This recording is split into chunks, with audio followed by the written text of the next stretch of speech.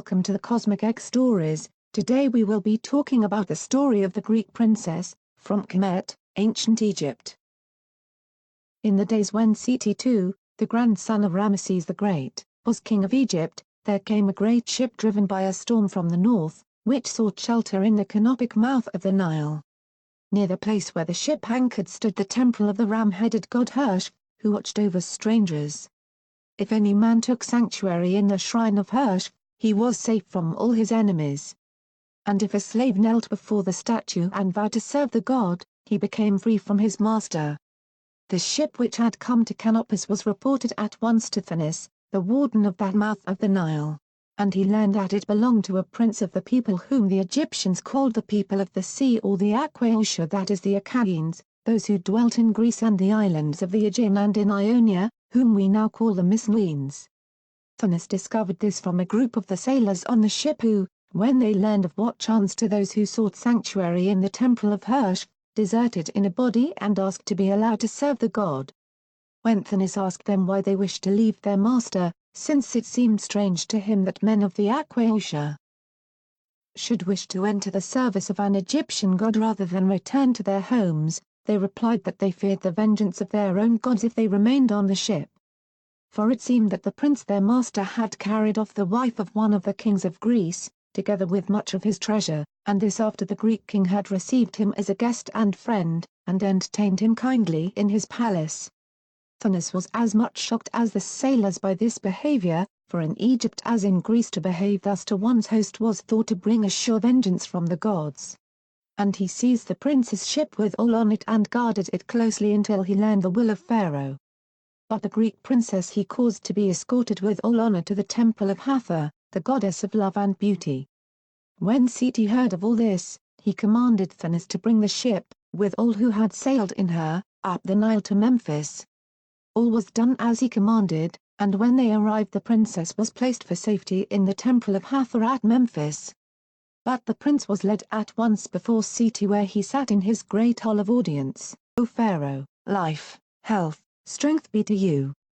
cried Thanis, kissing the ground before Seti's feet according to custom. "I bring before you this stranger, a prince of the Aquaiosha, that you may learn from his own mouth who he is and why he has come to your shores." Then Seti spoke kindly to the stranger prince, saying, "Welcome to the land of Egypt, if you come in peace and as one who serves the gods. My warden of the Nile, Thanis, tells me that in your own land you are the son of a king. Tell me of that land of that king, for it is my delight to hear strange stories and tales of other lands." The handsome young prince in his bronze armor that shone like gold bowed before Pharaoh and said, "My lord, I come in peace, driven here against my will by the god of the sea whom we call Poseidon. I am the son of Priam, the great king of Troy, and I have been on a visit to Greece where I have won to be my wife the most beautiful woman in the world, Helen, princess of Sparta, and daughter of its king, Tyndareus." Seti the pharaoh looked thoughtfully at the proud young prince, and said, "Tell me, Prince of Troy, how did you come to win this princess of Sparta? Do the kings of the Aquaiosha send their daughters across the sea to be wedded to the princes of other lands? For my learned scribe Anna, here, tells me that the city of Troy is far across the water from the land and islands of the Aquaiosha, and that there is war and rivalry between the two lands." "Then your scribe Anna is in error," answered the prince loftily. "There was some fighting in my grandfather's day, but since then we have dwelt at peace. I came as one of the many princes of the Aquaiosha who were suitors for the hand of fair Helen, and King Tyndareus of Sparta gave her to me." At this the sailors who had sought sanctuary in the temple of Hersh murmured, and Seti the pharaoh said to them, "Thanis reports that you who are now servants of Hersh tell another tale concerning these matters. Speak without fear, for you are now my subjects, and I will protect you." "King of Egypt," answered the leader, "we few sailors come from the islands and are of the Greek people, whom you call Aquaiosha, not men of Troy, whom we hold to be barbarians. We serve the gods of Greece and we fear them also and know that they punish wrongdoing. This man, Prince Paris of Troy, who was our master, came as he says as a friend to Sparta. But he does not speak the truth of what happened there. All the people of our lands have heard of Helen, the most beautiful woman in the world, the daughter of King Tyndareus of Sparta and Ledzet his queen, though it is said that in truth Zeus, king of the gods, whom you call Amon-Ra, was her father. Seti nodded when he heard this and murmured, even as Amon-Ra was the father of Hatshepsut, the great queen of Egypt. Yes, the gods can indeed be the fathers of the spirits that dwell in the bodies of kings and queens. The princes of Greece and of the islands all sought the hand of Helen in marriage, went on the sailor, not only for her beauty but also because whoever married her would become the king of Sparta. But Paris of Troy was not among their number. No, King Tyndareus gave his daughter to Menelaus, the younger son of the king of Mycenae, and made all the rest of her suitors swear to abide by his choice and to stand by Menelaus should anyone strive to steal his wife. That was several years ago. Since then Tyndareus has made Menelaus king of Sparta and he has reigned there with Helen as his queen. The Prince of Troy came as a guest and an ambassador, and was welcomed as such. He dwelt at Sparta for many days, until Menelaus was forced to leave the city for a while on some affair of state. When he was gone, Paris carried off Helen by force, together with much treasure, and sailed away, only to be caught in a storm sent by the angry gods and driven hither. "That is false!" shouted Prince Paris angrily. "Helen came of her own free will. She begged me to take her, for she hated her husband, Menelaus. And the treasure we took with us was her own." "Prince of Troy," said Seti the pharaoh, "you have already told me two tales which do not agree. First you say that you won this princess from her father when all the princes of the Aquaiusha came as her suitors, and then you admit that you took her from the husband whom her father had chosen for her and made king of Sparta. Vizier, lead this Prince of Troy with all honor to the royal guest house, and see that he and his followers are well guarded and ready to appear before me again when I command their presence." "Pharaoh has spoken, life, health, strength be to him!" cried Para-Emhed the vizier, prostrating himself before Seti. Then at a sign from him the guards closed in and led the Prince of Troy and his followers away. "And now," said Seti the pharaoh, "we will visit this princess of the Aquaiusha where she dwells in the temple of Hathor."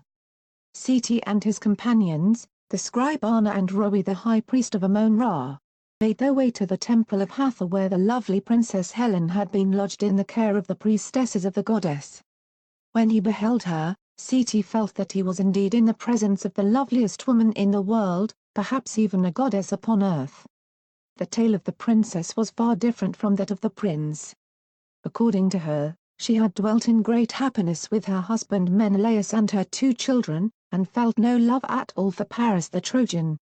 Indeed, from what she told him, Seti understood that Paris had carried her off by magic, taking upon himself the shape of Menelaus to lure her away from the palace, down the long valley to the sea and away in the ship which had so soon been caught by the storm.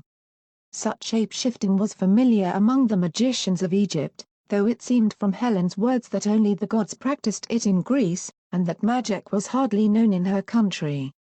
"Therefore, great Pharaoh," begged Helen, "protect me in honor here until my lord and love Menelaus comes to seek and claim me from you, and do not let this evil prince carry me as a shameful captive to Troy."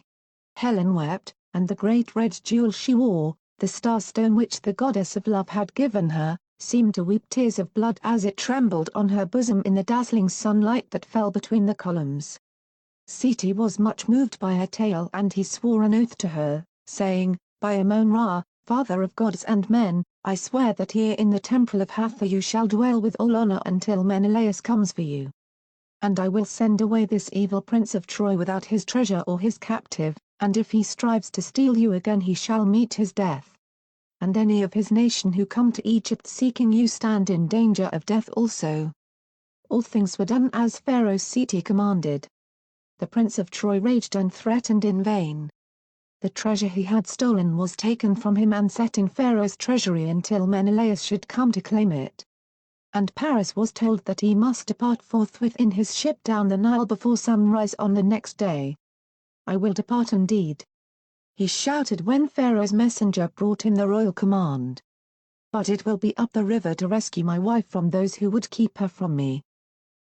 Yet before the sun rose the Trojan ship was speeding down the river below Heliopolis, and ere the next sun rose it was out on the great green sea, heading northwards towards Troy on the outskirts of the world. All this came about very strangely, or so any of the Aquaiusha would have thought, but to the people of Egypt it was not at all out of the ordinary. On the night before the prince of Troy set sail, Pharaoh Seti's daughter Tozert knelt in prayer in the temple of Hathor, for she was high priestess of that goddess. As she knelt it seemed to her that the temple shook and a great light shone behind her. Turning she beheld the shape of Thoth himself, the great god of wisdom and messenger of Amun-Ra. "Fear not," said Thoth as Tozert fell on her face before him. "I come hither to work the will of the Most High God Amun-Ra, father of us all, and by his command you, who shall one day be queen of Egypt, must learn of all that is performed this night so that you may bear witness of it in the days to come, when that king of the Aquaiusha who is the true husband of Helen shall come to lead her home. Know then that it is the will of Amun-Ra that the Aquaiusha, amongst whom he is worshipped by the name of Zeus, shall fight a great war for Helen which shall last for 10 years and end only when the city of Troy lies in ruins. For the beauty of Helen shall it be fought, for an empty beauty, since here Helen remains until Menelaus comes. But this night I, whom the Aquaiusha name Hermes the thrice great, must draw forth the car, the double of Helen, the ghostly likeness of her that shall deceive all eyes and seem to Paris and to all at Troy to be none other than the real woman. For the car of Helen and not for Helen herself shall the great war of Troy be fought and the will of the Father of gods and men shall be accomplished." Then Thoth passed out of the shrine towards the cell where Helen dwelt. And presently the light shone in the shrine once more and Tozert saw him pass through it followed by the car of Helen, so like Helen herself that none could tell the difference. Thoth leading the way, they passed through the closed door of the temple and so onward through the night until they reached where the ship lay at the quayside below Memphis. And, rejoicing greatly, Paris cast off the mooring ropes and set sail northwards for Troy. Yet Helen dwelt still in the temple of Hathor at Memphis. And as the years passed most of the Egyptians forgot how she had come there, and many worshipped her as Hathor come to earth in human form, and most spoke of her as the strange Hathor. In time Seti died. His spirit went to dwell in the hall of Osiris and his body was laid to rest in a great tomb below the Valley of Kings in western Thebes. There was then a time of trouble in Egypt when various of his sons struggled for the throne, but at length Setnakht wore the double crown and held the scourge and the crook, and his half-sister Tozert sat by his side as queen of Egypt. Setnakht did not reign for long, and when he too was gathered to Osiris, his son the third Ramesses became pharaoh of Egypt. All this while Helen had dwelt in the temple of Hathor at Memphis and, though it was nearly 20 years since Paris had brought her to Egypt, she seemed scarcely to have aged at all but was still more lovely than any other woman in the world. Now both Seti and Setnakht had faithfully observed the oath made to her, but young Ramesses was of a different metal, and as soon as he became pharaoh he declared that he would marry Helen and make her his queen. "She may be only a princess of the Aquaiusha," he declared. "She may long ago have been the wife of one of the kings of that people, but she is still the loveliest of women, and she shall be mine." In vain Queen Tozert tried to persuade him against so wicked a deed. "I care nothing for what my father and my grandfather may have sworn," he cried. "I have sworn no oath, except one, to marry Helen. But," urged Tozert, "suppose her husband King Menelaus is still alive." This troubled Ramesses a little, and he waited before marrying Helen until his chief magicians had looked into the matter for him. While they were doing so, there came a shipwrecked sailor up the river to Memphis and knelt at the shrine of Hathor to pray for help.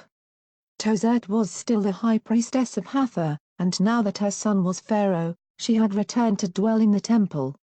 So when she saw the sailor kneeling in the shrine, she went to ask him whence he came and why he had come to the temple of Hathor instead of that of Hersh, where strangers usually sought sanctuary. "I come in obedience to a dream," answered the man. "Hermes, whom you call Thoth, visited me as I slept and bade me seek the strange Hathor in her temple at Memphis and tell all my tale without hiding anything." "Speak on," answered Tozert, "and fear nothing. The strange Hathor sits hidden in the shrine and hears all that you tell me." "Then know," said the sailor, "that I am Menelaus, king of Sparta. Troy fell several years ago, and since then I and my ships have been blown hither and thither about the seas. At length I came in my ship to the mouth of the river of Egypt, and with me was my wife the beautiful Helen, whom Paris stole and to rescue whom the war was fought. My other ships anchored behind the island of Pharos, but I sailed into the mouth of the Nile, and there my ship was struck by a sudden storm of wind and wrecked on a little island. We all escaped safely to the shore and sought shelter in some caves nearby.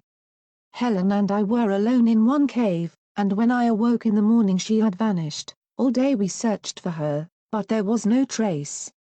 She could not have left the island, for the river ran deep and fierce all round it, and we could only think that she had strayed too near the water's edge and been carried away by a crocodile. I was in despair. To have fought for 10 years at Troy to win back Helen. To have wandered on the sea for 7 years trying to bring her home to Sparta, and then to lose her like this seemed unbearable. I was tempted to fall upon my own sword and seek her in the fields of Asphodel where Hades reigns, whom you call Osiris. Then, as I lay mourning for my loss, Hermes appeared to me. "Do not despair, Menelaus," he said. "All that has chanced is by the will of Zeus. Helen is not lost to you, she was never found. In the morning a ship of the Egyptians will carry you to Memphis. There seek Helen in the temple of the strange Hathor. Enter the temple and tell all your tale to the priestess there, and you will find the true Helen. All this I have done." A ship came to the island the next day and carried us up the river to Memphis, and here I kneel as Hermes bade me. "King of Sparta," said Tozert solemnly, "the will of Ammon-Ra, whom you call Zeus, is accomplished. 17 years ago, in the days when the good god my father Seti-Meneptah was pharaoh, Paris the prince of Troy was driven with his ship into the Nile, and Thoth the all-wise, whom you call Hermes, decreed that Helen should remain here in safety and honor until you came for her, and here she still dwells."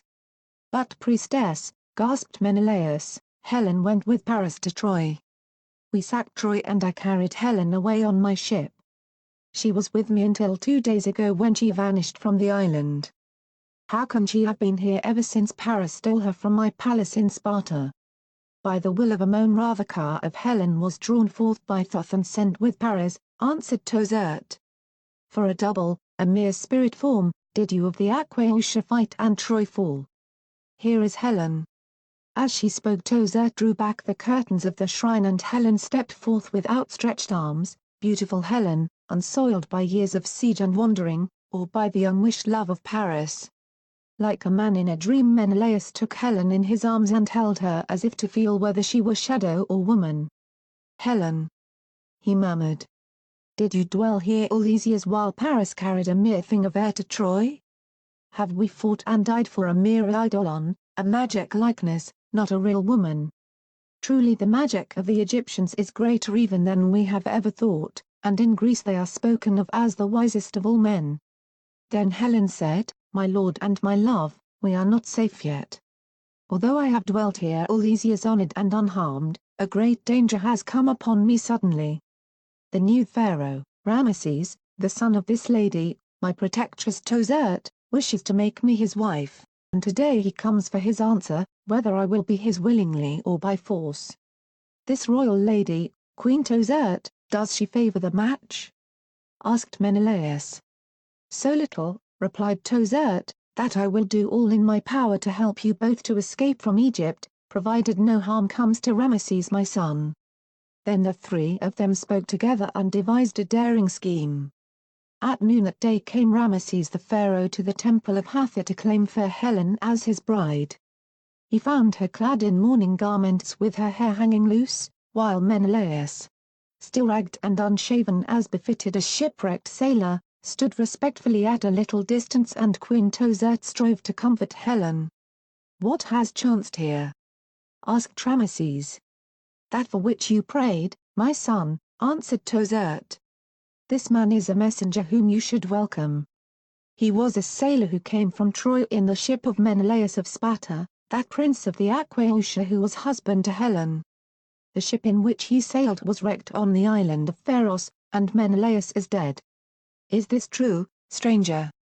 asked Ramesses. "O Pharaoh, life, health, strength be to you," answered Menelaus. kneeling before him in the Egyptian manner. With my own eyes I saw him dashed on the rocks, and the waves carry his broken body out to sea. Then, Helen, nothing stands between us," cried Ramesses. "Only the memory of him who was my husband," answered Helen. "Your grief cannot be great after all these years yet. He was my husband, and a great king among my people the Greeks, and I would mourn him and pay due funeral rites to his memory so that his spirit may be at rest and dwell in the land where Hades rules, wherefore I beg you to let me honor him as a king should be honored though his body is lost in the deep sea." "That I grant willingly," said Ramesses. "You have but a command, and all shall be done as you wish. I know nothing of the funeral customs of the Aquaiusha, so you must instruct me." "I must have a ship," said Helen, "well furnished with food and wine for the funeral feast, and a great bull to sacrifice to the spirit of my husband. And I must have treasures also, those which Paris stole long ago from my husband's palace when he carried me away. This sailor here and his companions in shipwreck should accompany me, for they know all that should be done, and it will take many men to perform the sacrifice.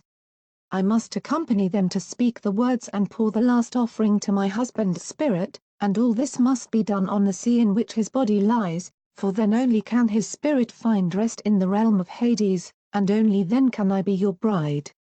In his eagerness to win Helen, Ramesses agreed to all that she asked.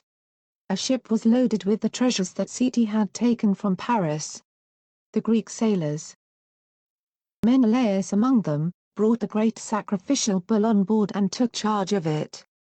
Helen, clad in her mourning robes, stood in the prow of the ship, the sunlight flashing on the red star-stone that she wore, and the ship sailed swiftly down the Nile and out onto the sea near Canopus. But next day there came a messenger, stained with brine and the dust of travel, and knelt before Ramesses, crying, "O Pharaoh, life, health, strength be to you." That sailor of the Aquaiusha who came with the news of the death of Menelaus was none other than Menelaus himself. When the ship was well out on the great green sea beyond Canopus, the Aquaiusha sacrificed the bull indeed, but to the sea god to give them a safe passage back to Greece.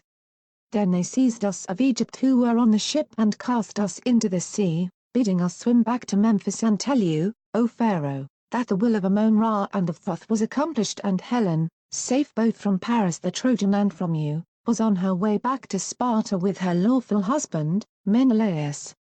Now in his anger and disappointment Ramesses wished to kill Tozert his mother. For he realized that she had known about Menelaus and had helped to rob him of Helen. But that night Ibis-headed Thoth appeared to him and said, "Pharaoh Ramesses, all these strange happenings have been by the will of Ammon-Ra the god and father of all pharaohs. By his will Helen was brought to Egypt. At his command I drew forth her car and sent it with Paris, to deceive him and all the Aquaiusha and the peoples of the sea. And he brought it about that Helen should be restored to her husband and sent to her home with him and with the treasures that Paris stole." Then Pharaoh Ramesses bowed his head to the will of Ammon-Ra and heaped greater honors yet upon his mother Queen Tozert, high priestess of Hathor. That's all for today, stay tuned for more and thank you for watching.